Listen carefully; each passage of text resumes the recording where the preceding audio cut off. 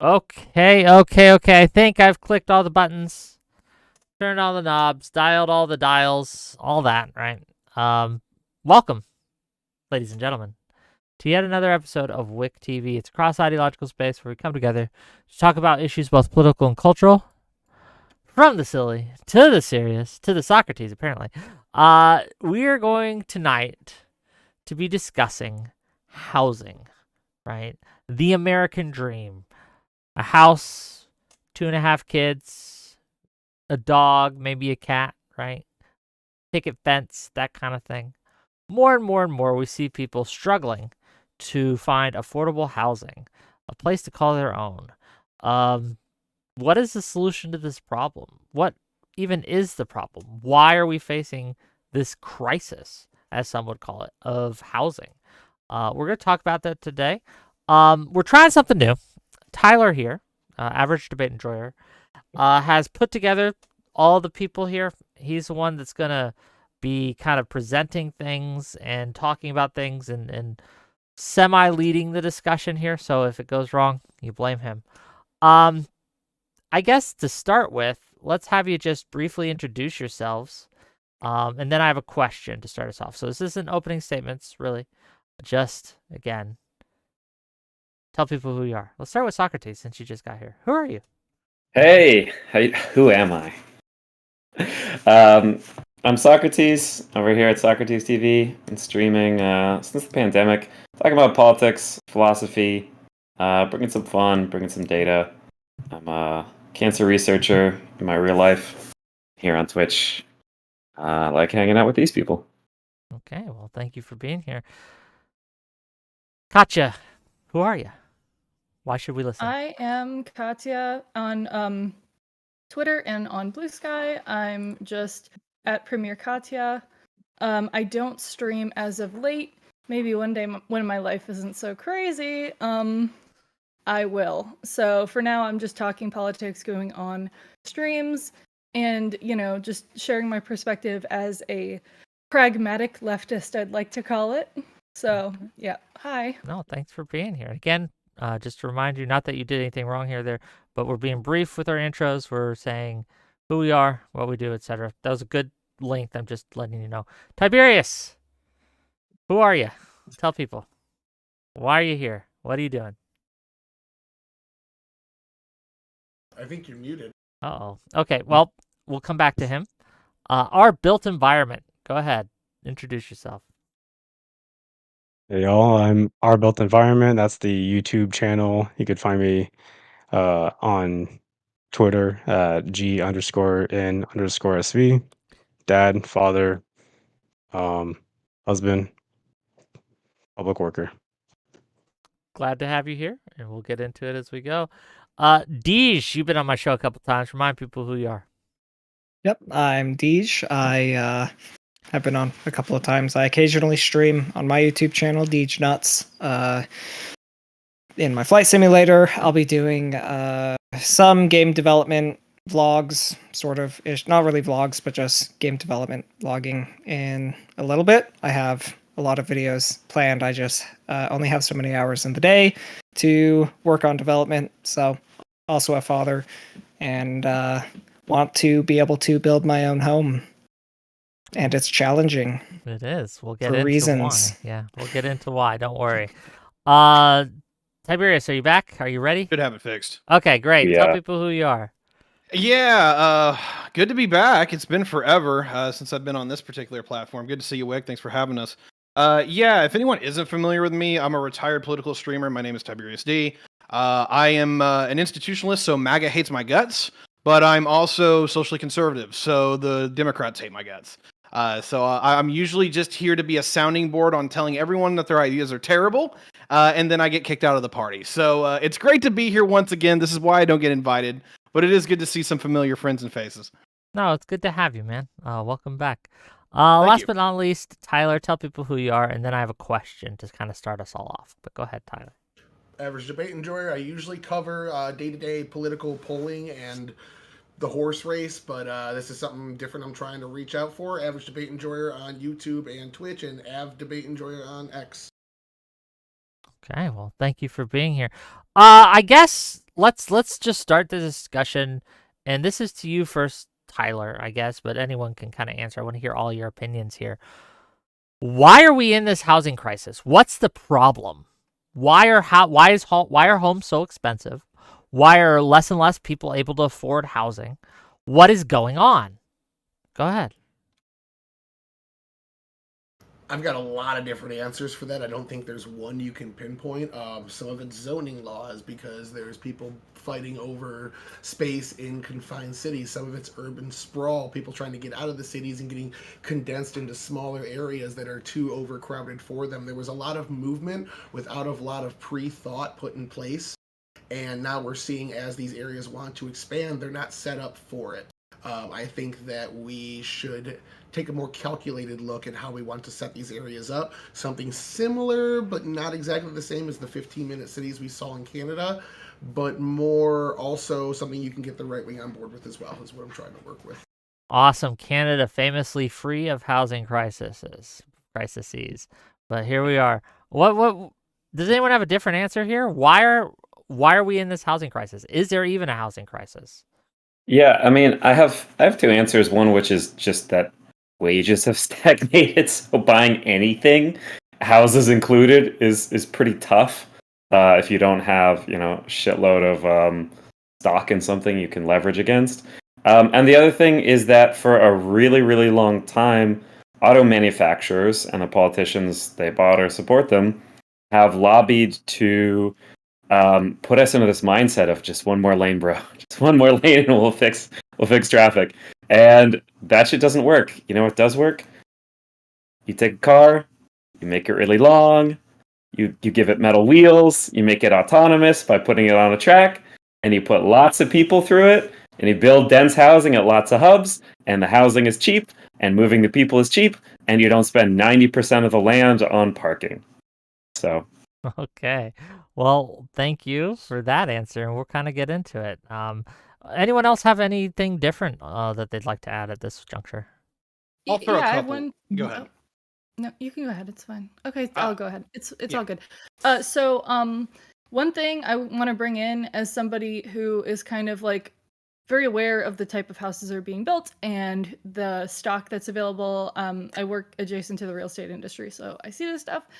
Basically, when people go, oh, back in the day in the 1950s, 60s, 70s, oh my gosh, all these people could afford their single family home in the suburbs. Why? Like, we need to return with a V back to when, you could afford a home in the suburbs. And then you look at the homes in the suburbs that were those ones that are still standing, and they're still there.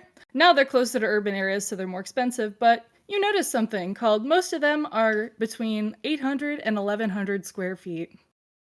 And the average new home now is like 2,000, 2,200. They're simply not building affordably sized homes. And because people get crazy mortgages that they really shouldn't, in my opinion, what people can afford is artificially inflated. So then if we were to build lower priced homes, the people who would be buying them would make it so other individuals who should be buying them would go, oh no, that's low rent. I'm not like that. Oh, there's crime there. So I feel like people are, in a way, kind of forced into a situation of kind of living above where they probably need to. For a lot of people who are like by themselves or a couple, and just starting out, like homes that they can buy are too big for what they need. And too expensive. Noted. Tiberius, you wanted to say a couple things. Go ahead. Yeah, so I've got two categories here, just demand factors, and then you also have supply factors. Demand factors, and I'm sorry if I'm just repeating what somebody has said already, because I just kind of got here.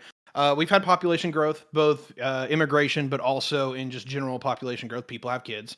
At the same time, we've had dramatic asset inflation. People want to buy houses because I bought my house 7 years ago, and it's doubled in value since I bought it.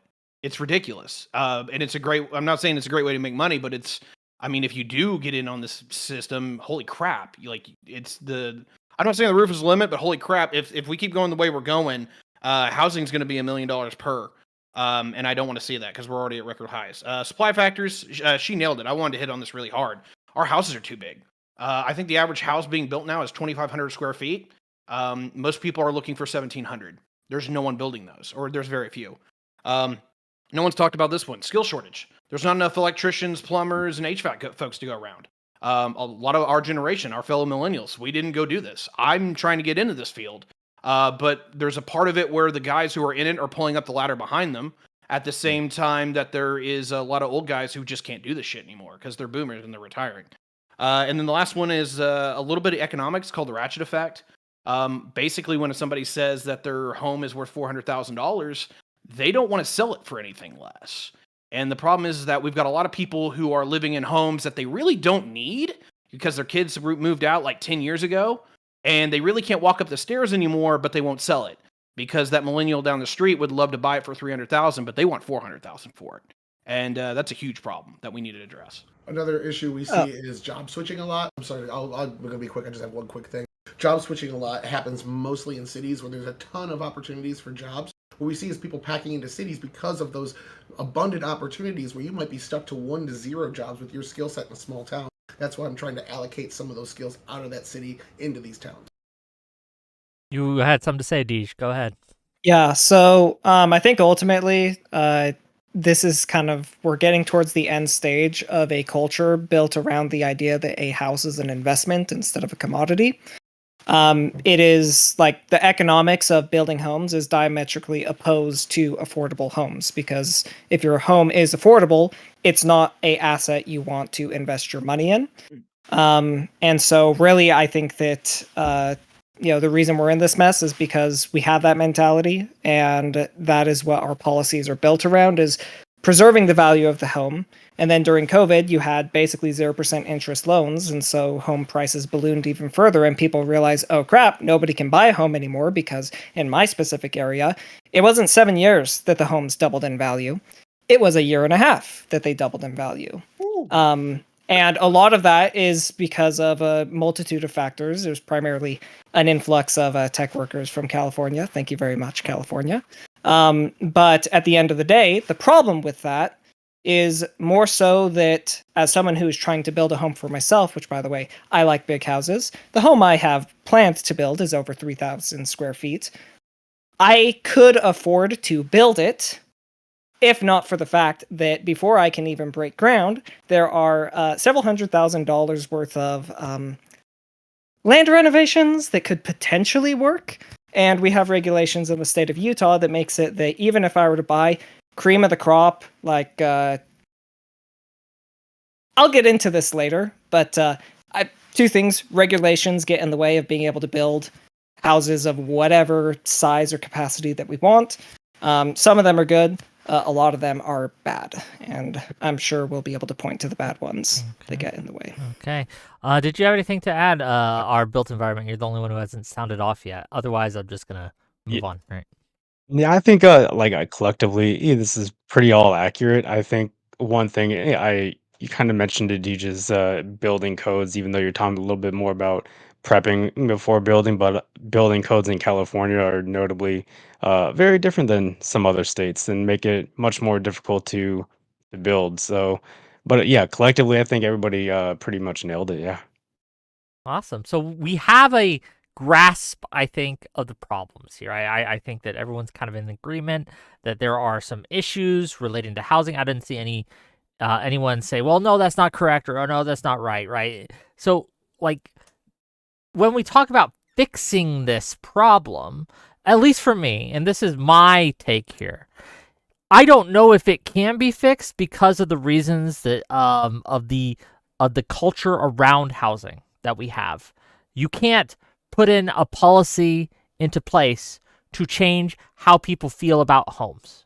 You can't do that, at least not to any effective means. So you have people who, again, refuse to sell because their home's worth X, and they will never sell for less, because then they'd be, cheating themselves. Or that's the kind of like the mental thought process they got. You also have people who see it as an investment opportunity, right? They're not there to really live in there. They want to get it, and they want to turn it around in 7 years or 1.5 years to make double what they did, right? And you have these types of mindsets going in this culture going in that yeah, I don't see how any kind of legislative policy will turn this culture around. Why am I wrong? Someone, anyone? Yeah. So, I think. uh, uh, well, Go. so just say quickly. I mean, I think economics could turn this around pretty fast, because if people see, all right, it's just not appreciating. Maybe it's even depreciating. There's a lot of new housing being built. Maybe it's public housing. Maybe it's affordable housing. Maybe it's dense housing. So it drastically drops. It drastically increases the supply in that area. That's going to drastically decrease the price.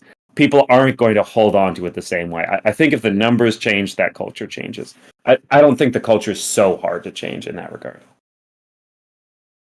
I don't think that it's more of, we're never going to eliminate what you're saying. There's going to be people that look at everything like assets. There's going to be people that try to. I actually have that baked into the policy that first-time homeowners get like special deals, and then a normal person that's trying to buy a home doesn't get those deals, but it's still available to them. And then a company would actually have to pay more, like a BlackRock investment company would have to pay higher than if they wanted to access this program. So it's an equity baked into it to make it so it's serving the people we want it to serve and not benefiting a company that has a big investment capital. You mentioned a couple times, Tyler, and this is to you. You mentioned a couple times this policy that you have in place. Can you give us like an elevator pitch on this? What you got?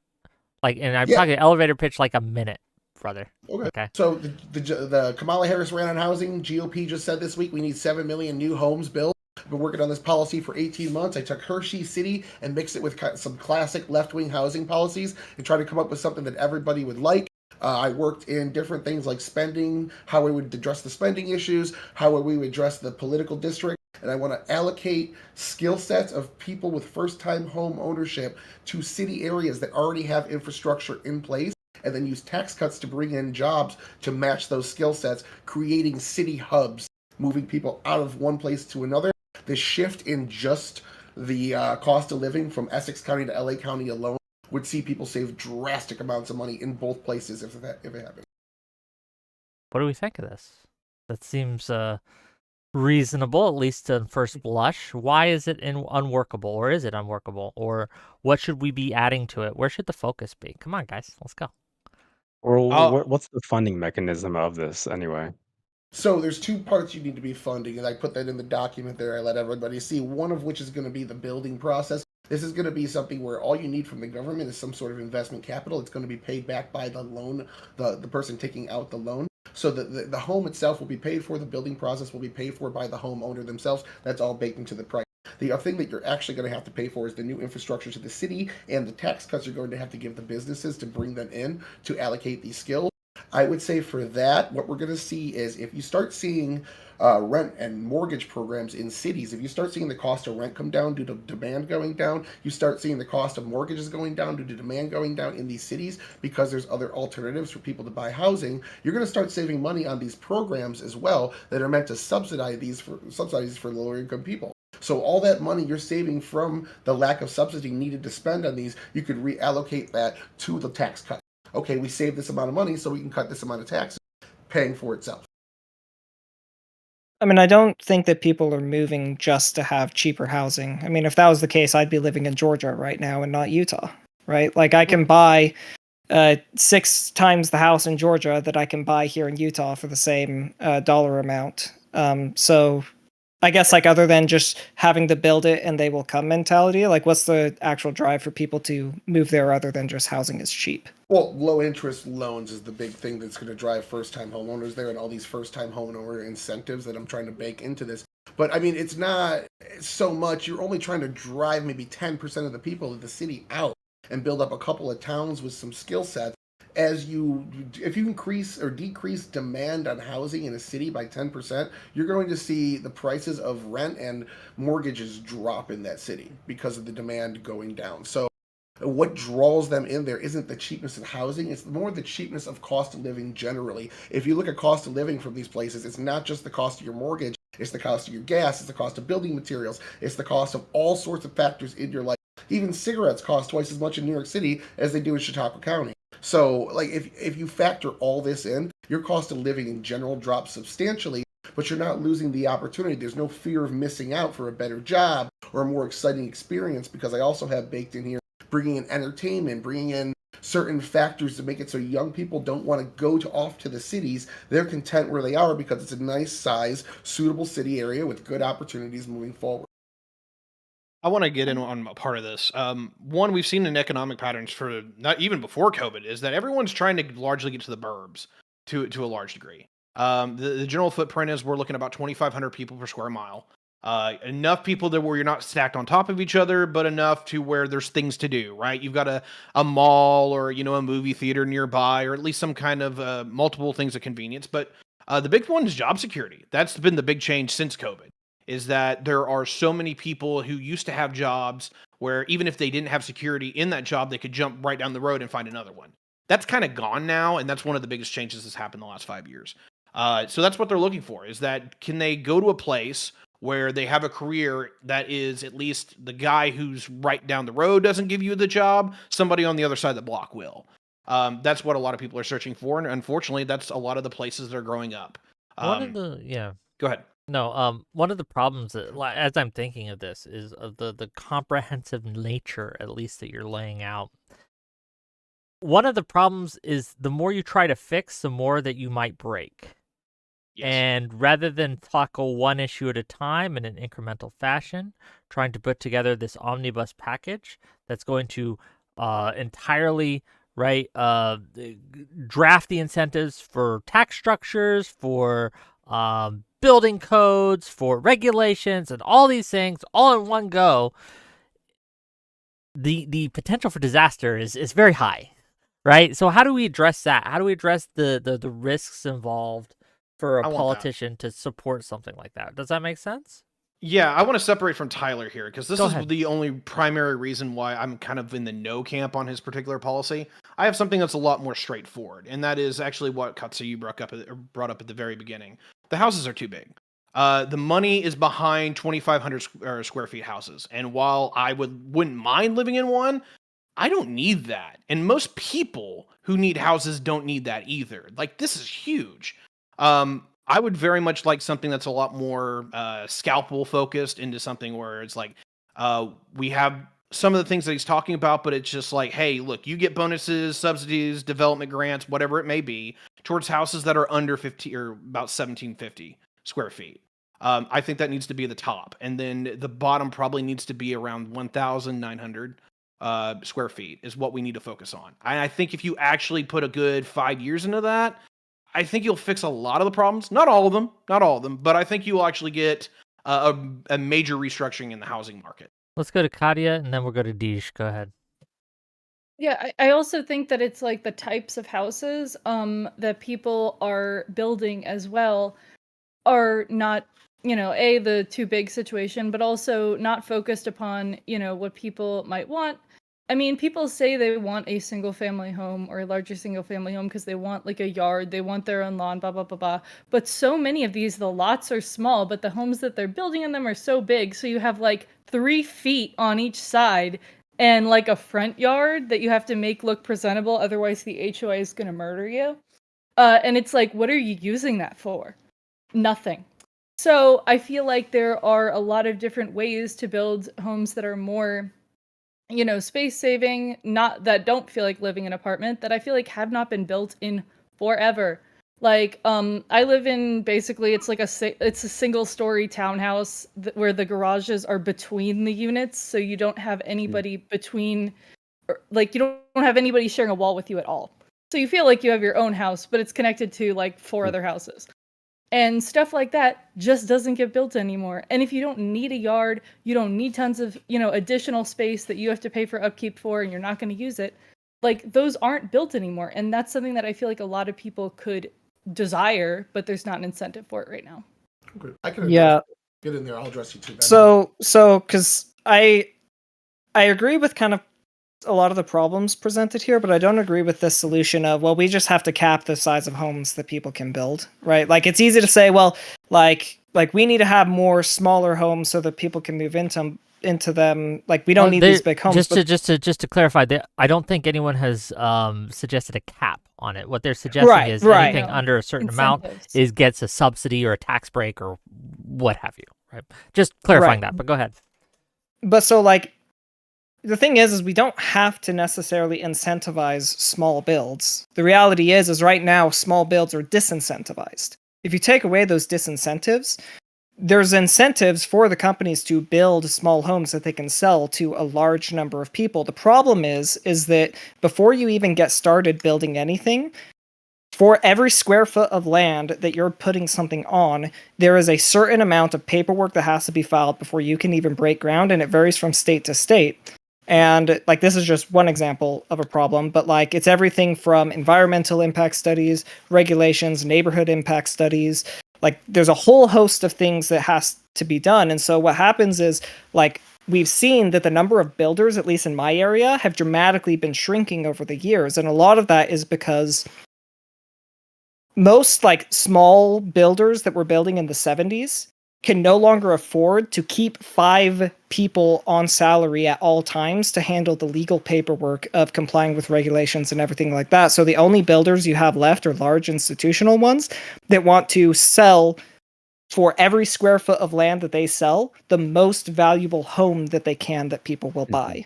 And so the reality is that if you just made it easier for people to build, and build smaller, or especially build up, you're going to naturally see more of those being built without having to really incentivize anything, because the incentives are already there. The market is there. It's just you can't build to that market because there's currently regulatory hurdles to even get started building that. Okay, our Built wanted to get in here, and then we go to Tyler, and then we go to Tiberius, and then I have a question. But go ahead, our Built, and then Tyler, then Tiberius. That's the order we're gonna go in. And Socrates, if you want in here, just Yeah, I gotta go in a few minutes, so after them, I'll go. Okay. I just want to point out that, like, historically, we've had like a lot of different federal incentives for building. One of them being like directly investing in the development of tracks and homes, which we just don't really do anymore. We also have. Is everybody familiar with the Faircloth Amendment?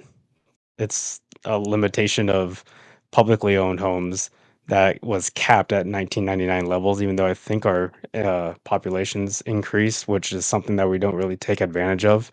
Since we're having like a conversation on the federal level, it's worth asking the question: could we utilize something like that for So what? Just for my audience, explain what a public housing is compared to private housing. Can you give Project. That's what people would probably think of it. Yeah, think of it as living in the projects, but I mean, it can be just as what you're thinking, and it might also be something exactly not what you're thinking. And there's people that are literally traveling to Austria to understand their version of public housing. They call it social housing, where essentially the government can own it, and whether it's maintained by the public or the private, which is a public-private partnership. That way, yeah, it lowers the cost, the burden to develop it, and then also to maintain it. And then there's also public money that can go into it to make sure it actually looks and is maintained the way that we would all want our home and our community to be maintained. It doesn't always have to be Pruitt-Igoe. We can do better. Oh, sorry, I'm just gonna cut in because I want to say a couple things in favor of what he just said, which is that if you do have public housing and like decent sized blocks of it, the two things that does is now you're introducing a segment of housing that is absolutely not in this model of an appreciating asset. This is just a place for people to live. And the other thing that this does is part of the reason that people want to buy homes is because there's this feeling that it's like, I may not be able to pay whatever rent's going to be in 5 years. I got to lock this shit down. And that's a huge problem because people who might even not want to own a home feel like they do have to buy so that they aren't just going to get priced out. So if you do have some public housing that it's like, hey, people who don't want to own their own home, they just want to live in the city. Now you have like a way to do that. So yeah. That's fine. I'm sorry, Tyler, then Tiberius. Okay, so I'm going to try to address everybody's complaints. The first 3 of you kind of all were in the same realm, so I think I can get you with the first couple of sentences here. But As far as regulations go, and you're talking about regulations state to state, I think that has to be handled at a state to state level. This is a federal overbill that gives incentive and money for a particular issue, but I don't think we can go into every state and tell them how they have to do it. Similar to that Ted Cruz healthcare bill we saw in 2018, where it actually removed the federal regulations on the funding for healthcare per states, saying you could go to a Medicare for all model over here, and you can go to this model over here, where it's all pretty much market, and there's no strings attached by the federal government. They just give everybody the proper amount of money depending on how many people are there. I think there has to be a little bit more of that mindset into this. We can't tell California how to regulate their housing. The voter has to do that. They have to vote with their feet. They have to vote with their at the ballot box to change the regulations of their state. Trying to make this too big is what Wick said. You're gonna start stepping on too many toes here. I don't want to go into tax code. I just want to access some tax cuts for businesses specifically to pull them in. If we start going into tax code, we have to start going into tax law, and it just makes this thing too big. I want to keep it kind of centralized at the federal level and then parse all these issues with regulations out at the state level. Going into that state by state level. If you have something to say on that, Socrates, say it now. No, it's not on that. It's just something I want to get in before I have to run. Go for it. Oh, if you have to run, then yeah, go ahead. Sure. So, I mean, Tyler knows, I think maybe a third of the text on that document is my complaints about it. He knows that I've had a lot of issues with his schemes. But the big piece of this is that, and this could happen at a federal level in terms of money, and this could happen at a state level in terms of decision to invest money in public transit. This is not an optional aspect of plans. Being able to go from one point in here, in one city or to another part of the city to another is not an optional thing until we invent teleporters, transporters, and then we deal with the ethical dilemmas of creating a clone and then killing you, whatever. It's not going to be an issue that's going to go away. So if you want to, and there are times when there's there's some developments kind of in my area where there's like, oh, here's some places to shop, some places to live. It's kind of built together. The jobs aren't quite right there. So you're talking about bringing in 3 things at once, which is tough. But it could, in theory, be functional as long as you have really strong public transit from that part of the city to another, whatever, nearby city or another part of the city, because people aren't going to want to go from there. They're not going to want to live in a place that's basically isolated and has everything you want, but isn't accessible to anywhere else from driving. And you're not going to be able to get from one place to another if it's, like I said, 90% parking. If you actually do have like a train that runs on schedule from this new development, however that happens, if you help subsidize something that's organically growing as a business park or try to like create that from scratch, as long as people can go easily from there without driving to another part of the city, people are going to want to go there, and they're okay, it's a business park, whatever, but they've got a cool restaurant, they got a cool club, I can get drunk and I can take the train home. I don't have to drink. Happened. Did you get the end of Sock's statement? No, I did not. Wait, because no one can see us yet. It's still at 0 on the OBS. I don't know. Again, I don't know why it does this. Every 3 episodes I do at 6:15, 6:30, it always does this. Welcome back. Sorry about that, gang. Okay, we're back. We're live. Refresh the browser if you need to refresh the browser. I don't know why I did that. Just a hiccup in the internet. I'm not sure why it does that. Socrates, can you give us the closing part of what you just said, please? Okay. Yeah. Basically, we need trains. If we don't have trains, none of this shit works. That's the TLDR. Gotcha. Okay. Now that you're leaving, I'm gonna have to disagree with you there, but I'm gonna jump in on that. I would love to hear it. I mean, yeah. And Tyler.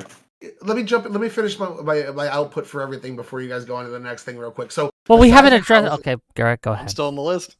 Well, the size of housing, the size trains, and different types of transportation regulations, I think, need to be done at the state by state level. I don't see selling trains to Alabama, getting them on board, and I don't think if the people want bigger houses in that state, they're gonna have to get them. We can't tell this state, hey, you can't have houses this big because this state decided they didn't want that. It really has to be done for the people in that local area, and I think they could be best done on the local level. So I would leave that up to the local politics. So just to push back, this isn't a regulations thing. This is, if we're talking about a federal level, this is like, hey, here's some money for your state to build public transit. And if we're talking about state level, then it's advocating for the state to spend more on trains, whatever, right? If people don't want the silver bullet that's going to solve all their problems, then you have a marketing problem, because you have people who want to fly, but they don't want an airplane or a helicopter, right? Like, Sock, you're giving me a migraine. All right, I'll get this one out real quick. I have no problem talking about mass transit, but I believe that this is a completely other conversation. It's not because it can't be a solution. The problem is that the cost for putting this in from A to B to C to D is in the trillions of dollars. You're talking about something that's going to make the infrastructure or the interstate system look like a pittance in scale. I have no problem having that conversation and completely rebuilding our cities for it, but that's a $10 trillion bill the last time I looked at that.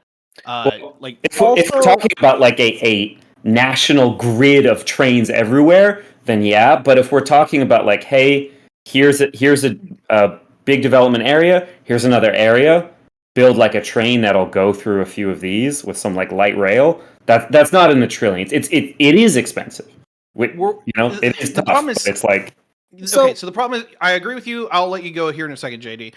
The problem is the scaling factor, right? If you don't have enough, what is it? It's like throughput, but ridership is, I think, the term for it, to where you have enough demand for people to go from point to point to point, is that it doesn't work. Or it works very, very slowly. So we're finding this out with like Brightline, Florida, and a few other things that they've been putting in, where it's like, yeah, we're building out the infrastructure, but if you don't have the bus that gets you to the train terminal, and the train terminal that gets you to whatever terminal you need to, whether it be bus, tram, airport, whatever the fuck it is that these things break down consistently. So I think it does have to be bottom to top, whether it is light rail that's going from like sector to sector, or buses that go from like block to block, and then you build up to where the top end is HSR, and then maybe bigger airports.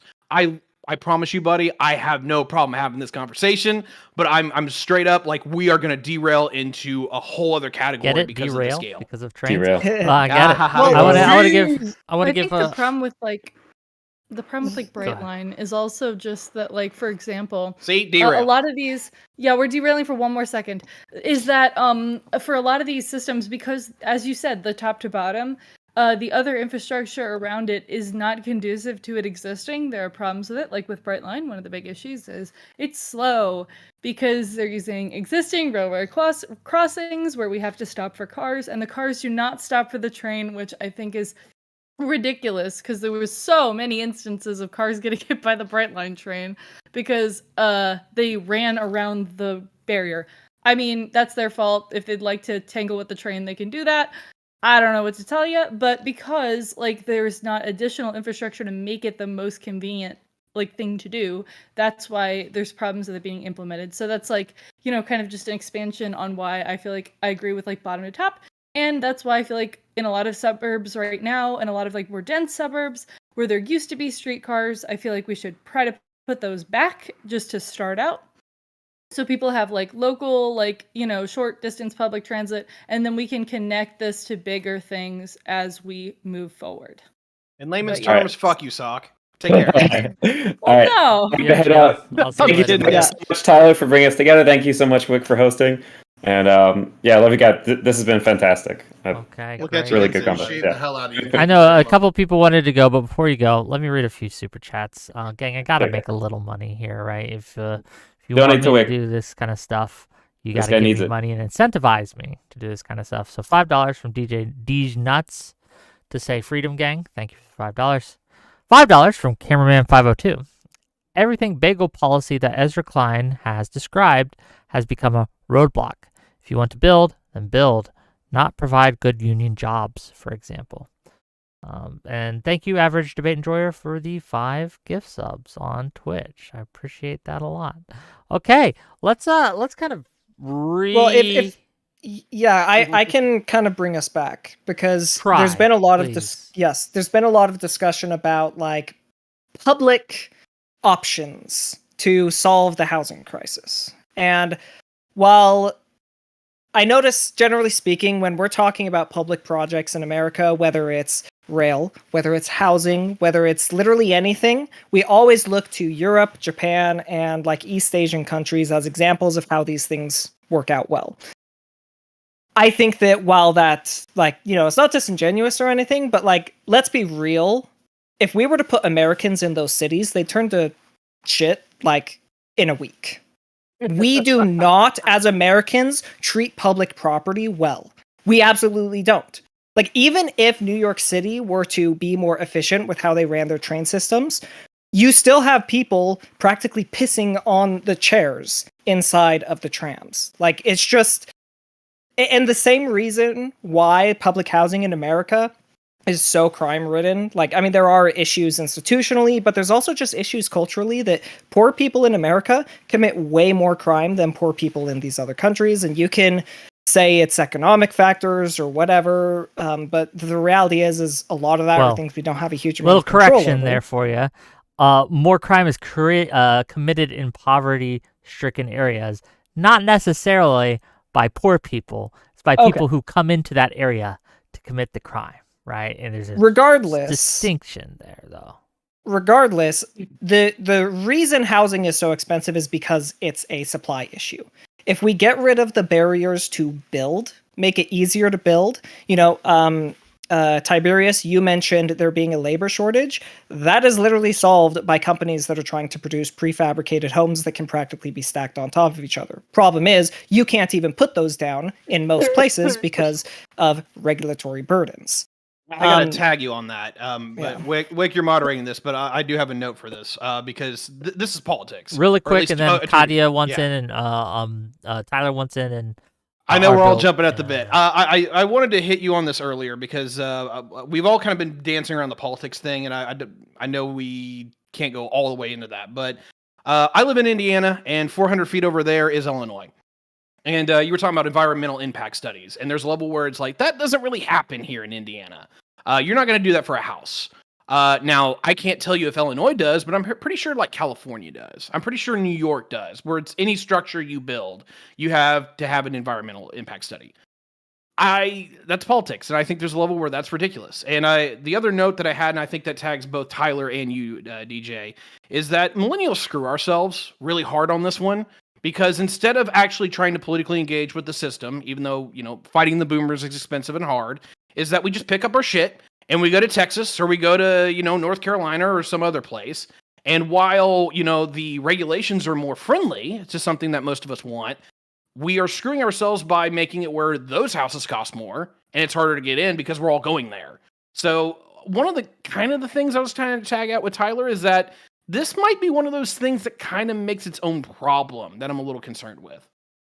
I think that the process of voting solves that problem. Like, at some point, you have to decide, do these regulations the state put on represent me? Do I want to pay a little bit more for X, Y, and Z here to benefit, maybe some other group or climate activism that I like? That's up to the people that live in the state to decide, and that's kind of why I want to give them the freedom to do that. We saw this during COVID. Some states wanted lockdown, mask mandates, vaccine mandates, and they got them. And people were perfectly happy. Everyone said there was going to be a backlash against politicians, and we never saw it because each state and local area knew what their populace wanted and did that.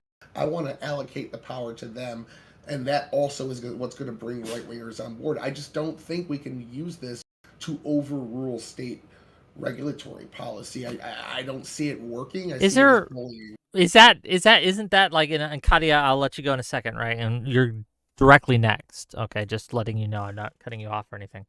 But isn't this kind of like the crux of the problem? Is that we could get rid of these regulations that everyone agrees. And people are, Spaniard, for example, in my Twitch chat's asking which regulations. I'll give you an example. Zoning, right? It's literally illegal to build residential in certain areas, right, that aren't zoned for it. So it becomes a land problem and a proximity problem where you cannot build homes or apartments or any living places where it needs to go, where people want to buy it at, because of zoning laws. I'm sure there's other regulations that people can cite, but I think that's a simple one that's easy to understand, and people can easily see how that could contribute to the problem that we're having here. But at the end of the day, though, these regulations are being put in place by laws that people are voting for. Because here's the hell of it, gang. A regulation that prevents you from building a home can actually raise the value of the people who already have a home. And we have a haves and have-nots situation where the haves want to keep the value of their home going up, and the have-nots want to get a cheap deal, and these are at tension here. But Katya, go ahead, talk. Yeah, so I super wanted to respond to Deej with the discussion earlier about how in other countries people don't treat public property well. Part of that is cultural, right? But then part of that is in a lot of these places, we have rich people, poor people, middle-class people, all using these public situations. Like in Austria, we have, people who are more middle-class in social housing. In the UK, there's council housing that's like mixed in with people who are higher income. So because people are kind of together and they all use the same things, there is this higher expectation to treat it better. Like, for example, one policy in the US that actually started to do this before a certain president kind of got rid of it was the congestion pricing in New York City. The crime on the subway went down and ridership went up because a lot of people who weren't the poorest of the poor have to use the subway, no money, all this stuff. The ones who are, as you said, pissing on the seats. People who weren't those individuals were using the train. So policies that incentivize individuals to use these things that aren't the poorest of the poor are probably, that's what you have to do to change that. I mean, an example would be like in the 60s, 70s, 80s in like Chicago with housing projects that like police didn't even want to do anything in because they were afraid to go in there because it was just a controlled, like super compact area of people who were, all poor, all committing a lot of crime. Situations like that where people aren't mixed together and they're concentrated like that cause these issues and cause a lowering of social expectations. So we need to kind of mix together social classes to have kind of more social harmony among people. But yeah, that's what I'm going to say. Yeah, I don't think that that's realistic in America. You're not going to be able to force rich people Still to different. live in public housing. That's just Not it doesn't rich. matter how nice it We're just is. subhuman, I guess. Well, No, like, I because mean, if I you're gave an if you example of some way that kind of started to work, but go ahead. Yeah, well, but like the thing is a lot of these other countries also have higher tax rates, and in general, like there's a reason why I mean, prior until recently, there's been a lot less investment going into these countries as well from like even in like countries like Sweden, right? The people that really want to, make it try to immigrate to the US or build companies inside the US. And a lot of them like to live in the US as well. Not all of them, obviously, but part of that is because, like, when you live in the UK, you're taxed at such a high rate that even if you are a higher income earner, it doesn't make sense for you to have to, like, buy a house because my ability to buy and own a home is going to be a lot harder, and the type of home I can afford is going to be a lot less when I'm taxed at 60% versus when I'm taxed at 30% when there's also a public option. So you're pretty much going to have to, for the people that right now can barely afford to have their own private ownership of their homes, you're going to have to basically tax them another 30% and say, well, now you can't afford that home, so you have to come live in this public option. I just don't think you're going to be able to get that. Even in the most liberal of cities, our built environment, you felt a certain kind of way about what he's saying. Go So ahead. much. Yeah, go Like ahead. I have like 5 things to say, so I need to break it down a little bit. But if we want to thank California for the environmental requirements, Governor Reagan did that. Thank you, Governor Reagan, before becoming president. Yes. Katya, you stole my thunder with the social housing in Austria. There are literally like famous soccer players that are in Austria living in public housing. It can be for both, and we know that it's actually better for everybody. Because we have studies of rich kids and the poor kids going to school together. And I know a lot of people would think, oh, those poor kids are going to bring down the rich kids. No, yeah, the exact opposite is actually what happens. So if you want to find the study that disproves that, by all means, let's send it to Well, me. I We'll have a mean, different conversation. But we in all yeah. honesty, the federalism in America is part of what is making this so difficult because the Supreme Court back in the 1920s, I think it was, they said that the federal level of government cannot interject on a local municipality for their ruling for how they want land to be used. That is why I suggested that we should probably try to utilize what we had, the Faircloth Amendment, and just lift the cap so that way the federal government can buy the land, private investment can come in, buy and build it, get some profit, we could work together, and then on top of that, by all means, guys, you know how many seniors struggle with housing, and then that would clear up the single family homes? You build housing for seniors in something like that and say, if you collect the Social Security, have a free home. And then all of a sudden you're gonna be you're gonna be financing more people to be able to have like you need to have care facilities for them also, and then you have some that don't need care. And that also costs money, but guess what? It costs money now. So I mean, there are options to this, and we can do this. Yeah. You guys give me a lot. And I'm Well, really sorry. Just I like laid it yeah. on thick. Hold on, let me jump in here real quick because I like that idea. In a way, we could almost have like a veteran retirement town where all that shit that they need is right there for them, and we give them. It's almost like a publicly. But Do then the not want thing them is, to have their own town. at the end of the day, I'm getting Roman vibes on this again. At the end of the day, that was just an example, but at the end of the day, the private ownership would have to maintain. Like, I get your guys' ideological passion, and I like it. That's what I have you here for. But we can't try to upset the balance of private and public ownership in the United States if we're going to pass something that's actually going to be accepted by most people. And to get to Wick's question is with NIMBYism. I often see most of the root of the NIMBYism and what we see with congestion pricing as well is we're bickering over a lack of land. NIMBYism is put in place because we only have like the small demand of land in the city that we're trying to figure out, and people want neighborhoods where they can raise a family, and other people want to put industry in there, or they want to put housing in there that they can build up and fit more people in there. It's really a bickering match over what we can just expand on. We can just, push some people out to city. I'm not talking about like Atlanta's got like a million and a half people. I'm talking about a couple 100,000 getting moved into some smaller areas like Blythe and Swainsboro and Statesboro and things of that nature that are kind of already set in place towns, but can go upward a little bit in terms of their size. And if we do that, we still have the same balance. You just can't tell people, like the congestion pricing in New York, there is no way to sell that to the rest of the United States. It would only work in New York and California. That's why I want to leave this to the states. You tell people you're not going to be able to use your car, the thing that you actually want to use the most, unless you pay out the ass.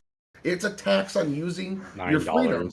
That's not going to fly in America. I'm sorry. $9 is out the ass. Will, I gotta hit you on this a little bit. Pricing, can I elaborate on the congestion pricing? The congestion pricing that people were talking about was like literally like that people were like, oh my gosh, this is actual communism. Was literally just for lower Manhattan, an area that has subway stops like every 3 blocks down there, and it's so densely business like population down there.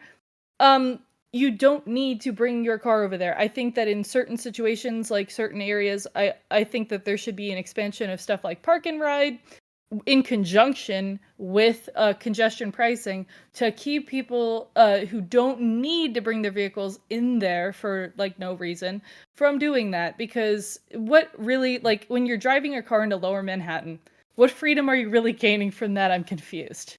Because I want to. Yeah. Sorry, I thought you were done. Go ahead. I'm done. I want to push back on Tyler here a little bit. Look, I'm a moderate, but I'm going to say the anti-moderate thing here because I think this is actually kind of the situation the United States is in on a lot of factors. Is that nobody's actually winning to a large degree, right? It's always, since 2000, we've largely had 50-49 or 51-49 splits in the population vote, and we don't have any supermajorities anymore since 2008? Was the last time we had a supermajority in anything? The reason I bring that up is because I think somebody needs to win. I think some of these policies actually need to be more monochromatic or more universal. Is that federalism's actually kicking our ass right now? Because we've had the laboratory phase, we've got, the congestion pricing, we have deregulation. We've been doing this for quite a while, but there's now a hell of a difference between how housing is done in West Virginia versus California. And there is a level where I think if we actually kind of stapled out the rule set to where it was more uniform, we could fix some of these issues. So yeah, Tyler, I'm going to push back on that hard. Where I think we need a lot more pragmatic sense of this is how you build homes in America. This is why we're doing it. That's feasible. Yeah, I wish that was not the case. I'm not a fence sitter, but I very much pull my punches when it comes to some of these issues. I agree with you completely, but in terms of the congestion tax, Sienna did polling on this. It's like 2-1. The United States would not want a congestion tax, and just generally looking at new taxes in general, most U.S. voters don't want new taxes as well. It's just not popular. I don't know how to sell this to people. Are Everyone those wants to city one at a time, livers, or are they one at living a time. outside? This is bad. Let's go to our built, then we'll go to Deej, and then we'll go to Tiberius, and then I have another question, kind of move us on. But go ahead. Anybody know when we built the most homes at the quickest rate per capita? The 1950s. It was around the Post-World War II. 1950s, 60s, 70s, right? Okay, and so does anybody remember how that happened? We There did was a it couple with of a things. public investment. There were a couple things, but mainly we had land that wasn't being used, and it was public investment. And does anybody remember what the highest tax rate was in the 1950s, 60s? 35% Yeah, effective. and I will and that fight was you on this also so called fucking the- hard. Yeah, this one too. You're leaving a lot And out this of was wait, but this is also called the golden era of American capitalism. So it's not that we don't have to be scared about I know that people set in their ways, and I know that people would be scared and frightened. I'm not gonna deny that, but I am gonna say that we can inch our way there, and then we can see how much pushback we have, and we can adjust, and we should adjust. But the thing is, we haven't adjusted at all. So we clearly need some level of federal investment, and we need to make sure that states actually get it done. Because if Arkansas and Nebraska want to stay poor investing in their people, that's on them. I'm in California. I'm in Silicon Valley, and I know that people want to see the investment in us, but it just doesn't happen. I got to fight you on a couple of those points because the highest year that we built in houses was 2006, and that was right before the economic That's a number, crash. not per capita from existing homes, right? You may be correct, and then Okay. generally over several years, you may also be correct. But at the time, the taxes were super high, but the write-offs were also super high. If you look at what people were actually paid, it was significantly lower than that top marginal tax bracket would lead you to believe. There were a lot of different write-offs, and that's what Reagan did when he came in. Was he cut taxes, but he also severely cut write-offs as well. Kind of similar to Trump's tax policy, getting rid of salt taxes. I won't go down the whole. Go ahead, buddy. So I think that as a general rule, if we're going to fix this, the government is going to have to put some levers on the economy that's going to change the culture around housing. I still don't think that the way that you do that is by the government just building more homes in America. I know that there are studies that show that these things work in other countries, but again, we see time and time again that culturally Americans are so much different than our European counterparts. The things we care about are different. Our propensity towards violent crime is different. Hell, even our racial demographics, we're a lot more of a melting pot, and we're a lot less culturally cohesive in general. I think an easy policy that we can do is take first-time homebuyer loans, dramatically increase the money that's invested in those by the government, and instead have it be new build homes, where you essentially are incentivizing new builds with loans that are not accessible for existing housing. That's going to actually drive down the value of all houses in the economy. Where? Everywhere. Yeah, that's my. But where? Okay, then where are the jobs? You're gonna that's derail the yourself, policy. and pun intended to Tiberius's argument on that we didn't want to derail ourselves in, because the farther out you go, if you need that fresh land, then you need to get there. You need Do we want to opportunity. spend even more money on roads? Well, Hopefully if you not. can, You want to build homes wait, around hold on. jobs, right? No, I'm You not wanna wanting to build build homes around jobs. I want to bring down the value of existing homes. People need homes around You can jobs, do and that there's by not building enough homes job around hubs. jobs. Yeah, there's not enough job hubs out there. Everyone's packing into cities, and as we get more and more people, these cities are becoming more and more overcrowded. The cost of living there is going up and up. We need to spread that opportunity out. We have technology where it is right now. We Which don't cities need to are live. overcrowded? Oh, I did it. It was in the Not document. I thought. traffic wise. Not They traffic don't- wise. were. Which I thought cities are there was. I overcrowded? thought I linked some in the document. There were sewer issues. I thought in New York because their sewers were being overloaded a couple of years ago and Is things that of a that is that a nature. population issue or is that a sanitation issue? Infrastructure generally. It's an I would infrastructure say. issue, which is Yeah. something I Okay, wanted to push so on Wick but so for that's not actually. necessarily so But it's not necessarily Finally, Wick. overpopulated. Is my That, point. but see, yeah, it's kind of overpopulated in my live opinion. where Is the there's not infrastructure's overloaded. Let me tag that a little bit, guys. Wick brought up zoning issues. There's a level where I agree with that. Correct me if I'm wrong here, but I believe there's like 9 different types of residential zoning by itself. It's crazy. Yeah. So. Like there's a level where Yeah. I think zoning needs reformed. But on the other side of that, urban planning is huge. And one of the problems that we can have, and I think New York has had this multiple times before, is that people do change their zoning laws to where they have apartment blocks to areas that have services ready for like normalized housing.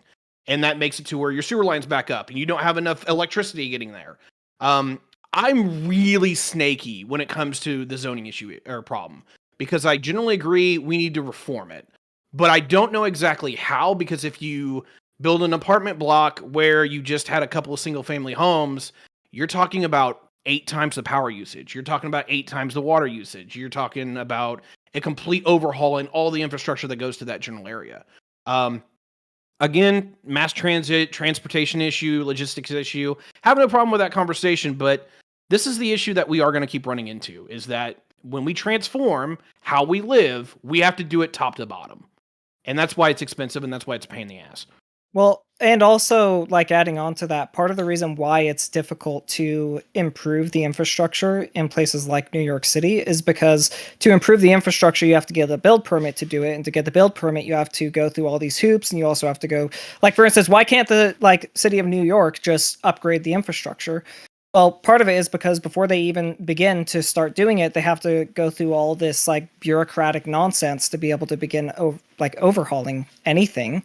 And so my recommendation is you incentivize new construction, and the only government incentives are going towards new construction.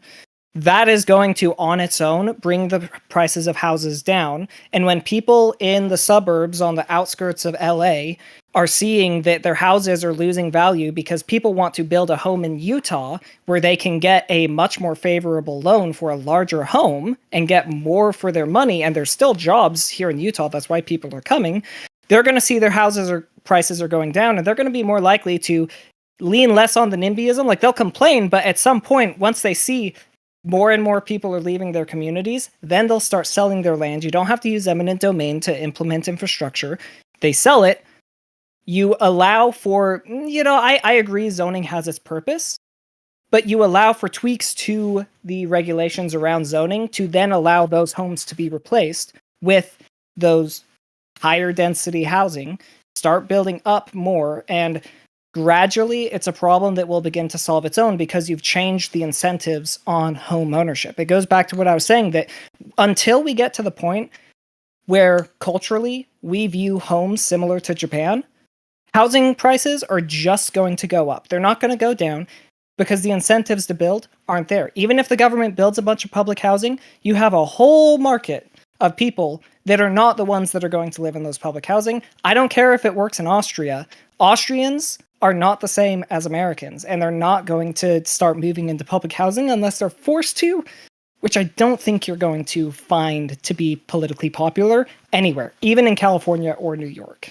I do Sorry. have a super chat to read just real quick. Gotta make a little money. And gang, if you want to help me, have fun, live, eat, all that, send me super chats, send me gift subs, send me all that. Make it incentivize me to continue doing these shows like this. $20 from Feder Methodist to say, help, I need housing. Mom tossed me out. She has drunken friends, quote unquote, come around all hours. I'd been waiting outside and rolling them when they come stumbling out. She found out and needed me. She says half the money should be hers. Thank you for the $20. Okay. I Right. got one thing here. One that I thing. wanna Go ahead. tag at. And then I All have right, a question to. Yeah, go sure. ahead. So this is kind of a question to DJ and Average, but it's kind of an addendum to your policy. One of the things I've been kind of pondering in my head is what I call like rehabilitative construction. There's a couple of cities that are basically dying or they're shrinking at a precipitous level. Detroit's the shining example here, but you can also talk about Cleveland. I believe St. Louis kind of falls in this category. There's a lot of places where we're reindustrializing, and yet our old industrial hubs literally have entire city blocks that are vacant. And I'm kind of curious if you guys would be on board and saying, all right, instead of just getting on board with the people who don't want to change, like New York City or San Francisco, can we offer something to Detroit or St. Louis to say, hey, look, you've got room. You already got half the stuff we need. Let's give it a revamp and maybe try to put not only the houses there, but new factories there so you can put it up on the river and ship your stuff, cheaper than anywhere else. That's up for fucking Detroit or for, what is it, Wisconsin? Whatever. Okay, separate here just for a second. There's a level where it's like, yeah, Detroit can change, but there's also a level where it's like, you're talking about needing to be able to dump in, let's just say $100 billion into a total overhaul of Detroit to where it would be a business-friendly environment again. I don't think the culture is very, let's just say, nice to business because they kind of feel betrayed. At the same time is that if you're going to encourage investment here, you're going to have to overhaul why everyone is getting the hell out of Dodge. I don't think you do that from just saying, hey guys, fix your shit. I think you have to be like, hey, look, we think we know how to do it the right way. We will pay you to do it the right way, but you still have to do it the right way. You've got to put some carrots and sticks behind this shit.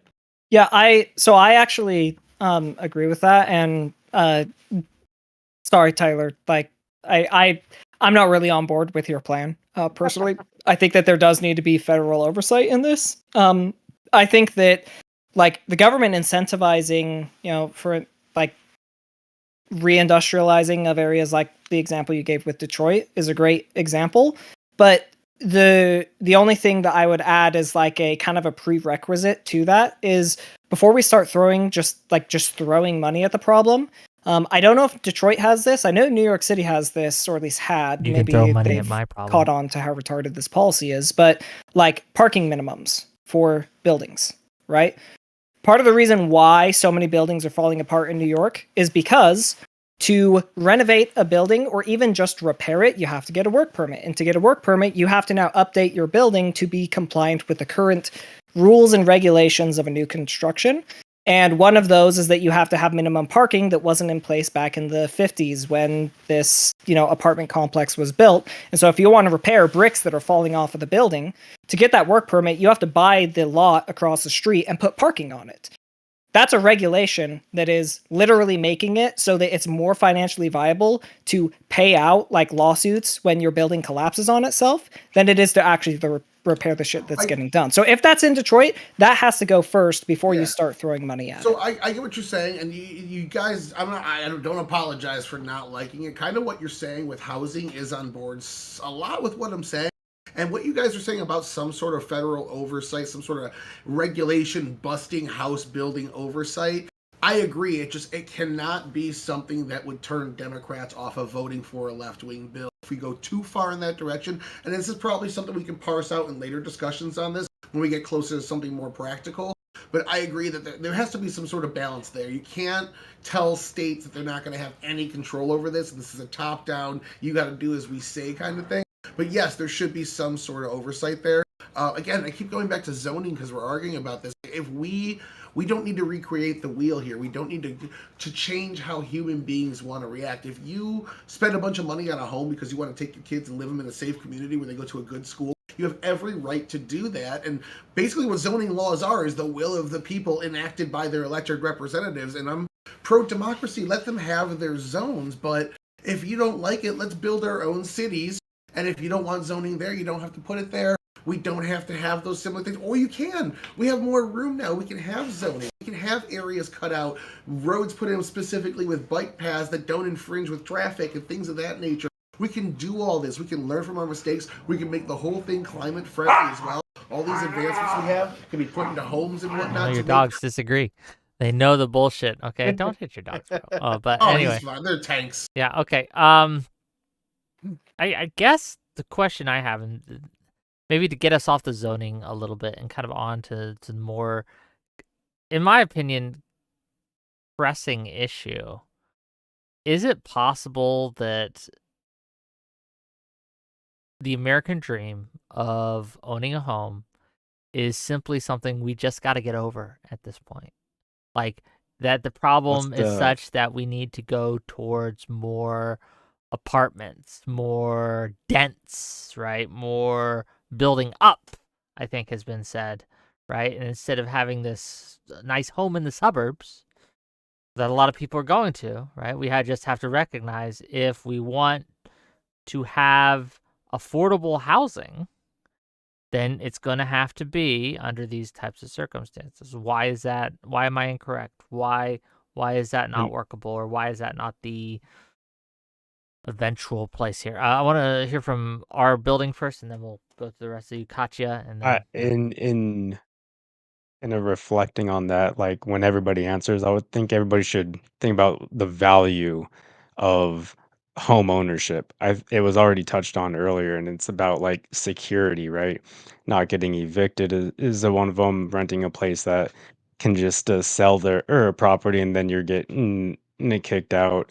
Uh, there's only so many ways that you could have security in housing, and it's to have not just the affordability aspect, but also a surplus of it to make sure that it there that you're not going to get priced out. This is for families. This is for retired people. I mean, just think of whatever you're going to come up with now. Think of the value behind being housing secure. Because I agree that I don't know if there's an inherent American value anymore in home ownership. I think there needs to be a value in being secure in a home. I want to go to Katya first, and then I want to hear the rest of you. Go ahead. I don't think that, like, the problem really is home ownership. I think it's the types of homes, as we said, the size of homes. I think that, people go, okay, either everybody's going to continue where we're at with single family homes with yards and this, that, and the other, or you're going to get to live in like the commie apartment block. And that's how a lot of people talk about it. But there is a big number of possibilities for medium density housing. Hopefully like medium density housing with kind of like a more localized public transportation situation. Like, I am a big proponent of bringing back streetcars in areas that have medium density housing for people to feel like they have their own space and not be in an apartment, and also be able to own their own space if they'd like, but also, not giving up so much land to parking, so much land to grass that we have to water all the time that a lot of times isn't even suited to the local environment, and we're just wasting water. So if we can cut down even a small amount on those things that are kind of just window dressing, and have areas where people have their own space, they are able to feel like they have that ownership, and they're also able to get the benefits of kind of living more around people instead of super, super isolationist. That would be the best, in my opinion, just to kind of lift that up. Like, obviously, people will still want to be, isolated at times, obviously. I think that before anyone else goes, I just wanted to kind of put this out there as well, right? Like, if you want an affordable house, you can get one. It's fairly easy. You just have to live where I live, right? You have to live in the middle of nowhere. I own a home. It's, fairly decent size. It's not huge, right? But it's fairly decent size. It was something that was under 100K, right? Very affordable. But there's nothing around here. There's no one, right? There's it's a very rural kind of area that I own my house in, right? I'm not living there currently. I'm helping relatives, right? But there's farmland around there, but that's it. So like, yeah, it's the rural America has tons of cheap housing, right? So if that's all you're looking for, right there. Anyway, carry on. I want to hear from the rest of you. It's not just cheap housing. It's opportunities. If you look at, I was just going to bring that up. the ownership of states, and then you start going into districts. And if you look at data, the number one and number two reason of home ownership being at about 65.7% as of the last quarter of 2024, the top two things are opportunity and price. If you have certain job opportunities, we see people in their 20s in the last 2 decades have been shifting jobs roughly every 2 years, a phenomenon we have not really seen in the U.S. economy. They're bouncing all over the place. So you see, like in New York, California, 55% homeowner rate, partially because of the prices, yes, but also because that's where people need to go to have these jobs where they can bounce around. When people settle down, you look at Minnesota, 75% homeowner rate. They settle down in these areas. I'm saying we take what's being done already on the state level and do it more on a local level, where we allocate people to more of these long-term homes and give them somewhere that they can settle down once they move into their 30s and decide to buy their home. I'm in that mortgage process right now in my 30s, and it's kind of a pain in the ass, and everything's super fucking expensive where I am because I live right outside of Atlanta, and there's all sorts of shit. This area is blowing up. It's a huge tech hub here because they teach a foreign language as a computer language as a foreign language in high school. So there's all sorts of like tech places building up here to get like basically bitch workers to put in database shit for them. It's just wild in terms of like what you can do to build up these smaller areas. And if we were focusing on this, I feel like we could push people to these more. We just need more opportunity. That's what I'm trying to create here is more opportunities. I want to get jobs to move out of the city to other areas and have the workers there for them. Or I want the workers to go over there, the people to go live there in their homes and have the jobs for them. It's a two-pronged strategy that comes in it from both ways, and it has to be both to work together. I want to Tiberius, you go, but yeah. Yeah, I want to catapult off of that, and then I'll answer Wick's question. I'm hoping that with the rise of work from home, and particularly our generation, the millennials, moving into our later 30s and our early 40s now, because we're old fucks, is that we'll actually see a resurgence of rural communities. Because now being able to get 5G internet or, even fiber optic is becoming pretty commonplace. Starlink is expensive, but it's, pretty reliable. Is that a lot of people are going to be able to do a lot of these office jobs, and they're going to look, oh, wow, that Patoka, Indiana, never heard of it. Why is that house $80,000? Hell, this is a great idea. Okay, sure. I got to drive 15 minutes to Walmart. Oh my God. Like, I've been stuck in traffic for fucking 10 years. I can live with that. I'm actually hoping that's one of the things that happens coming down the pipe, is that work from home becomes a lot more commonplace. Millennials just say, fuck it. I'm not in my 20s anymore. I don't need to live next to the nightclub. Yeah, cool. I'll take a slower lifestyle. But to answer Wick's question, what does the American dream have to change or completely implode on single home ownership? I think a bit, and I'll put it in this way. I think no matter what happens, urban planning is going to be more involved in the future. Even if you're like a conservative, hate HOAs, hate the government telling you in any way kind of fastly what you're doing, unless you live in the sticks, the communities of the future are going to have to be planned. I don't see that not being the reality. The other side of this, though, is that can we still do single family homes or, the white picket fence, yada, yada, yada. Yeah, we can. We're the least urbanized country out of the Western cohorts, right? We're not even half as dense as some of our peers like France or Germany or whatever. We've got plenty of room. We got plenty of space. And while my family are farmers and we don't like to see the cornfields mowed over, we've got room to shake a leg. So I don't see this being a huge issue that we have to transfer until 2100. And that's if, the population trend continues going the way it's going. That would be a problem for an entire another day, an entire another generation. But at least for now, there's an opportunity cost. We can transition. We can say to hell with this, but we don't have to. Yeah, I think touching on actually what Arbilt said, I think that the American dream is going to change from owning a home to owning a home, not a single family home, right? Most people, especially young people that are not married, if you're not married and have kids, maybe sometimes even if you are married and have kids, you are going to like a city most likely more than the rural community. And of course there are exceptions, right? But I want to be able to have land where I can put a 2,000 square foot workshop on it that has all the gizmos and gadgets, CNC lathes, everything to be able to build whatever I want. That's something I cannot do if I'm living in a city. And while my company, we have an office in downtown San Diego, it's nice. I can understand the appeal of these high density places. I want nothing to do with that. But I don't want to also stop people from being able to do that. And that's why I don't like this idea of like, well, we're going to spend like government money and incentives on building this one specific type of housing, because we don't have to do that. The reality is that if we just make it easier to build and we incentivize new builds, or heck, even if it's like destroying something and building something new in its place, we are going to see the prices of all housing go down. Because when the government is saying we're providing a lot of incentives for people to build new, people aren't going to want to have a second, like a hand-me-down home, in the same way that people don't want hand-me-down clothes. You see that in Japan, right? Japan heavily incentivizes people to build new because, like, basically, well, they also have their like earthquake not regulations, but building standards and everything like that. But yeah, I think that we can still, for the long term, have a dream where people can afford to build homes. But we don't have to do that at the expense of basically saying only rich people can live in rural areas. If, like, the ones that can afford to get a home with zero government assistance in places where land is basically free. Wow, we solved it, gang. We did it. Oh, our build, if you're talking, we can't hear you.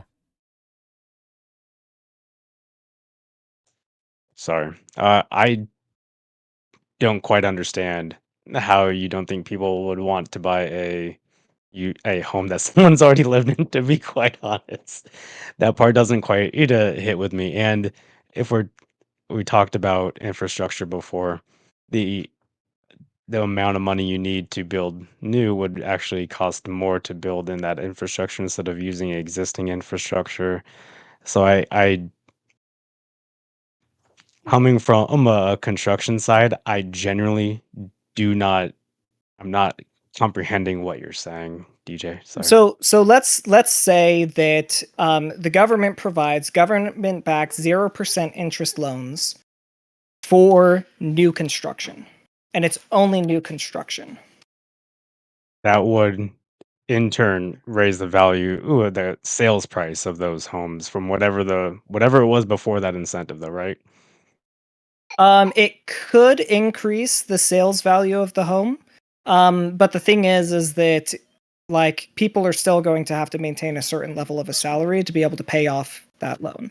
So yes, they're not having to pay interest on it, but there's still a ceiling to what they can afford, because this isn't like a student loan where they can even like push it off for a year or two. It's like you can still foreclose on the home. Okay. Is that sorry, Tyler, do you have something to say? Looked like you said it. No, I was Oh, just giving point. I I'm just saying, when it comes to affordability, I'm not understanding, why you think that a new home far away from like a city center that has existing infrastructure would be better than, I think Tiberius had mentioned, building homes, like using existing homes because they have existing infrastructure and building up a little bit more. You don't even have to, as Katya said, to do like a gentle density thing where it's like, instead of having one home on a property, you have 4 or 6 homes, and it is designed in a way that meets the character. And I agree that it'd be offering the program that you're thinking of for what I'm thinking of, 0% into interest loans, or loans that just only match interest, or what, or sorry, I'm forgetting the term. Offer low cost loans to developers to redevelop these places, um, as long as you get agreements from the state to be able to say, hey, we'll put this through it, but we need to see a commitment from probably like the 10 to 15 at the very least, most housing cost burden states. Because I mean, if the most cost burden ones aren't going to get any incentive out of this, then I don't even see, like, if all you're doing it in is Arkansas, Alaska, Alabama.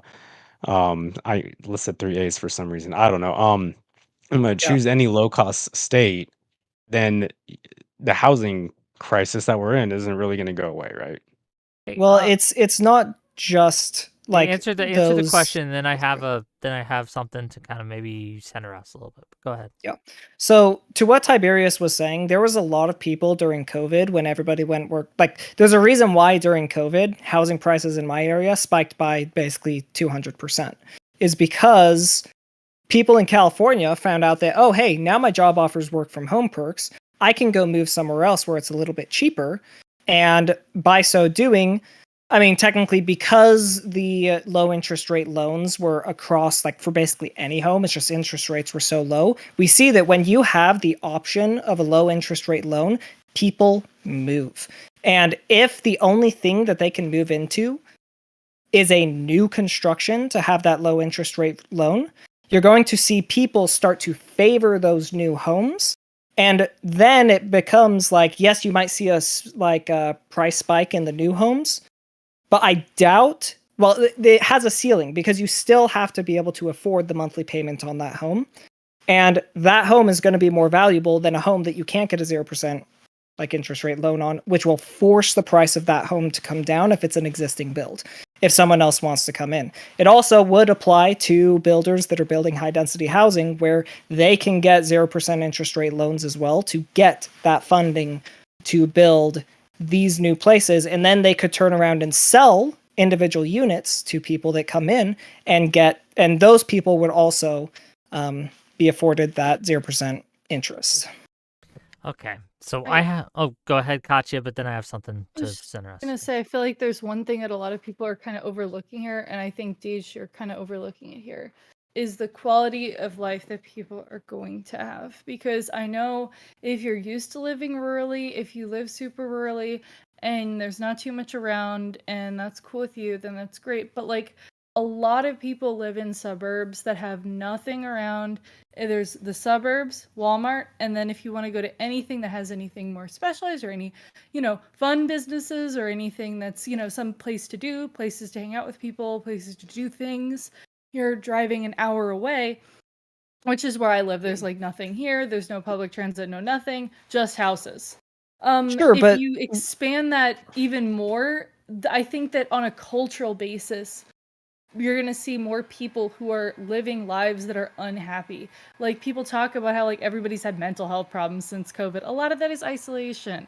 And if we kind of, increase that, I'm concerned for people's well-being. You know what I'm saying?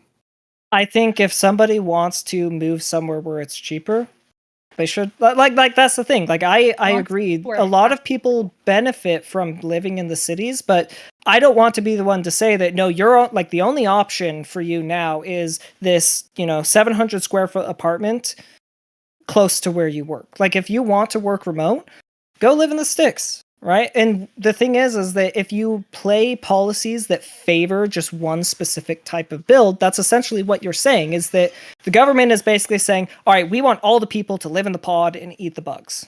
Right. I mean, that's an exaggeration. But like if we just build public housing to decrease the value of other homes, that's what's happening, is you're basically saying the government's tipping the scale, saying everybody should live in high density housing. And that's what we're going to push everybody to go to do. No, I didn't say that. I advocated earlier, by the way, for medium density housing because there's a really, really big dearth of medium density housing. And another thing is, you can, as you said, you can live in the sticks right now, work remote. Wick said this too. Live someplace super cheap. You can do that this instant. A lot of the reason why individuals are continuing to pay buku money for, rent in areas that have things is because they want to live in areas with things. And the demand to live in areas with things is way higher right now. So if we just do across the board blanket, new construction, if that's not coupled with, more infrastructure, more like incentives to have businesses, you're going to have areas that are just houses, and nothing. And then people who are just sitting there, doing nothing. Sitting there watching Wick TV streams, which you should all be doing. Hit that like button, hit that subscribe button, and donating, and donate too. That'd be great. But I do want to get in here, right? I do want to get in here because we don't have too much longer to go here. Probably going to wrap up a little bit soon, but I do want this question answered, right? So all these policy proposals and changes and such, well and good. But for right now, for this instant, in all of your opinions, what locality, what state, what city, what area, what residential place does it best? Who is doing housing right in America, or the most right, the closest to correct? And what is it about what they're doing that works? Let's hear it. Go ahead. In terms of financial, it looks like Texas, specifically Houston, is doing great things with keeping their housing costs down as their city blows up. They're expanding out. They're utilizing different technology like 3D printed houses and such. Doesn't necessarily mean the quality is that great of the housing, but they are doing some really interesting stuff there.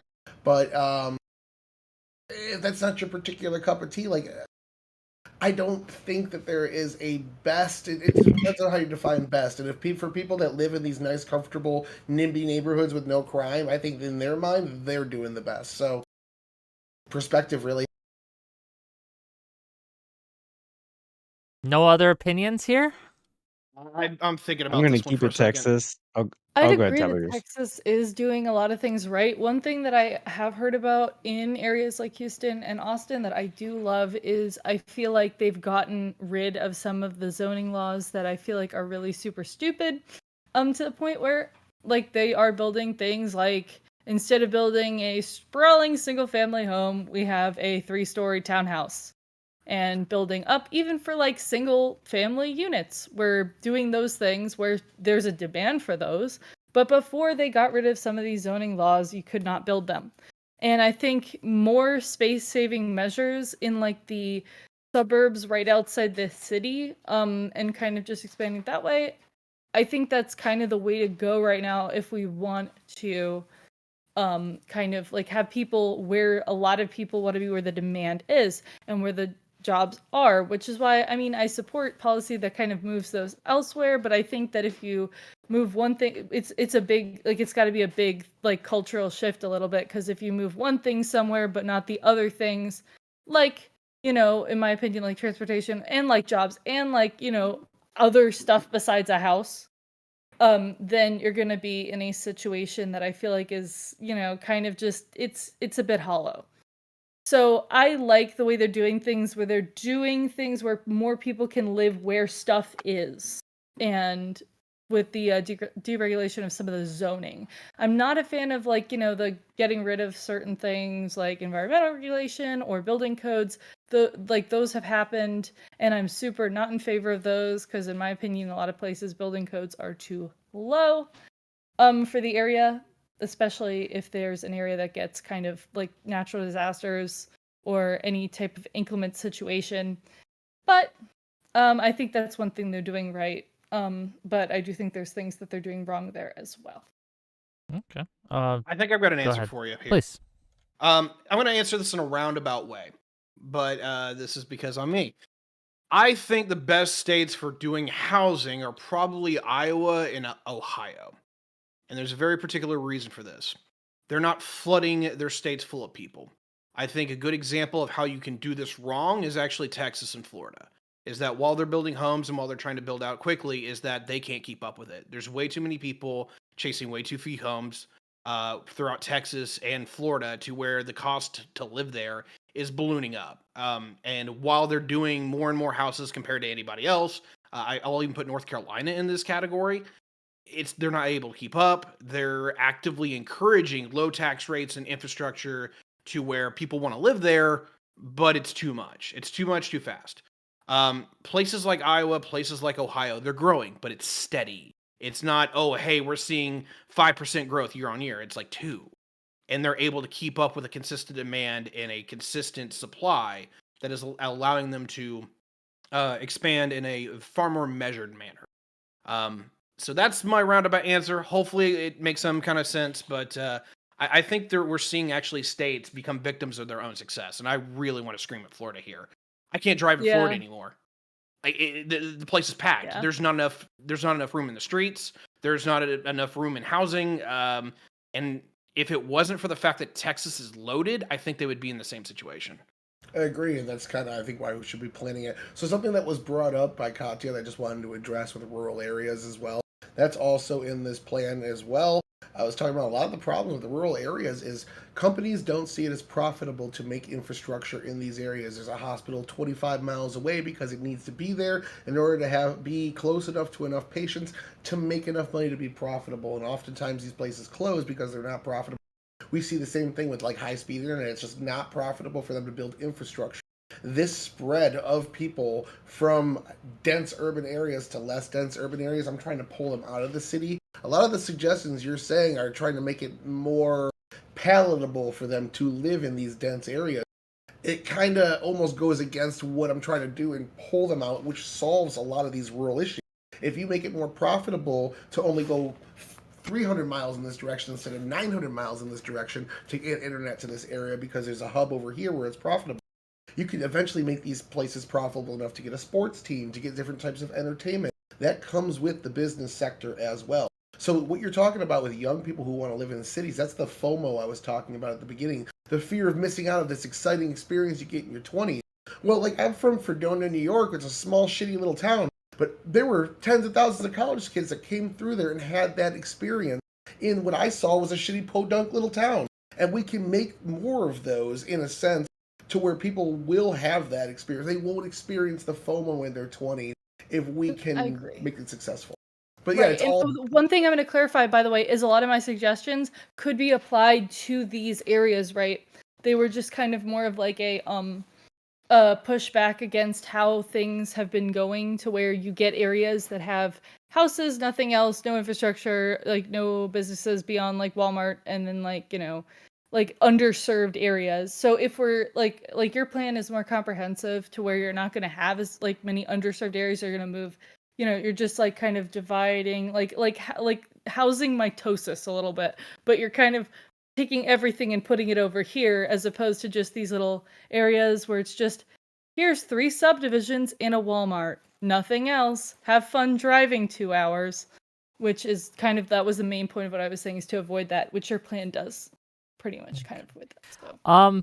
Gang, this has been a robust discussion, a fun discussion, right? We could go for hours talking about the nitty and gritty, but you know, I don't got hours for you. But we could do this again sometime if people end up liking it. Gang, if you've enjoyed this content, if you like this content, hit that like button, hit that subscribe button. Send me some money your way. Tomorrow, 6 p.m. Eastern, we have Big Papa Buckaroo versus Abby. And they're going to be debating Christian nationalism. So if you're looking for more blood sportsy type stuff, if you're looking for more kind of rough and tumble, contentious action, that's tomorrow at 6 p.m. Eastern. So it should be fun. Tune in for that. Next week, we got some great stuff coming up too. On Wednesday, we're going to be talking about the Democratic Party and why its approval ratings are in the shitter right now. And maybe how we can fix that, what we can do about it, what we can do to revamp the party so it can win again. And it should be fun, and check us out then. Gang, before we go though, I want to give every one of these people here a chance to tell people where they can find them, where, like, remind you who they are, etc. And we're going to start with Tiberius, and we're going to end with Tyler. So Tiberius, close us out. Hey, I'm not last for once. Wonderful. Let's get it. Look, I'm retired from the political streaming, but that doesn't mean that I'm not willing to participate. I don't do the blood sports thing. I'm 33, and quite frankly, I feel older than that. I just ain't got time for that bullshit. But if you want to have a conversation like we had today, where we can keep it civil, actually, you know, exchange some details, and maybe I can learn something from somebody, I'm all on board. I'm all on board. And Wick, if you ever want to invite me onto a foreign policy chat, I do miss those, and you know I'm good for them. So yeah, I will happily chat about a number of things. If you guys just want a sounding board where it's like, hey, what is the moderate, that crazy guy in the corner? What does he think? Feel free to send me a DM. I'll happily have a chat. But yeah, my specialties are largely foreign policy and general civics. I talk a lot about infrastructure and and energy, although I'm kind of dropping the energy one because it's kind of becoming a moot point. But yeah, if you want to have a chat, feel free. But the only thing I stream is me playing video games randomly. Victoria 3 is a winner, but I'll pass it along. Okay, thank you for being here, and check them out. Victoria 3, huh? Maybe I'll pick it up and try it out. I've been looking for a new game. Gotcha. Okay, so yeah, I'm Premier Katya on both X and Blue Sky. I post sporadically and stream never as of late. But I am the cartoonist for Pisco's newsletter, The Weekly Patriot, so check that out and see my political cartoons. That's the main thing I'm doing now, other than randomly appearing on political streams. You can also check me out. I'm usually on Gibbs's Thursday show, Admiral Gibbs. So, yeah, if you want to see me, that's where I usually appear at. Yep. No, thank you for being here. Really appreciate you. And check out her cartoons and her streams, gang, when she does them. Really appreciate you. Eventually. Our built environment. Go ahead. Hey y'all, I'm Our Built Environment. I don't usually do any panels. I make YouTube videos very infrequently, but I'm on YouTube, Our Built Environment, on Twitter, G_N_SV, because that's just me as an actual human instead of my channel. I talk about how our built environment is important to us with things like towns and cities, rural or otherwise. And I just want to say that good cities will protect rural towns. Okay. Thank you for being here. Check them out, gang. Really appreciate you. Deej Nuts. Go ahead. Yeah, Siege Nuts. You can find me on YouTube. I'm usually super chatting in most of Wix streams, so you can always find me there if you're ever looking to find my channel. Mostly it's gaming content, either my flight simulator or now I'm doing game development. Yeah, I didn't get to say what state I thought was doing well, but it actually completely mirrored Tiberius. To a certain extent, when you have a huge influx of people, there's only so much you can do, but I think Texas is at least doing well keeping the pricing down. We have not in Utah. It's a pain. I really, really want to have my workshop, and I can't. One day, friend. One day. One day. Okay, check him out, gang. He does gaming streams, and you can find him in my channel on occasion. So thank you for being here. Last but certainly not least, Tyler. So again, I want to thank everybody for participating. This has been a couple weeks process. Everyone's had this document, put their 2 cents in, and I've gotten 6 really good takeaways from this discussion that I'm going to work into the policy over the next week or so. The updated version, then I'm going to try to sell it to a panel of right-wingers and see what their takeaways are generally. That being said, my whole plan here, even if this policy burns like a comet, which I really don't want it to, I think there's something really good here. But even if it burns like a comet, refining this process is also very important. So if anyone out there that's listening, or you know somebody that's nerdy and likes these type of discussions, I have multiple documents on this specific policy. I have a couple other policies I'm working on. If you have your own, I'm trying to refine this process so we can actually get like fair, non-toxic, good-thinking, open-minded people to come in with a non-chilling environment and open-mindedly discuss things and disagree with each other in a way where, as Tiberius said, everyone walks away not hating each other at the end of the day. I want to take the think tank process and the process of debating things in the House and move it all to Twitch and YouTube, put it all transparent, and get a whole mind of the whole broad spectrum of open minds of people on here to come in and do this. I think really we could do something really cool, and I hope anyone that wants to work with me, don't feel shy to reach out, Twitter, Twitch, call me, text me, show up at my house, or send a raven. I don't care. Whatever you need to do. Okay, check him out, gang. Hey, thanks again for coming by and saying hi and sticking with us. I know this isn't kind of what we normally do. It's kind of an experiment. Let me know in the comments what you think. More of this? Less of this? Was this stupid? Did you Hype it love up, damn it. Yeah, what do you think? And again, Everybody like give me money, and I'll see you guys tomorrow, 6 p.m. Eastern. Wait, bye-bye, everyone. Bye-bye.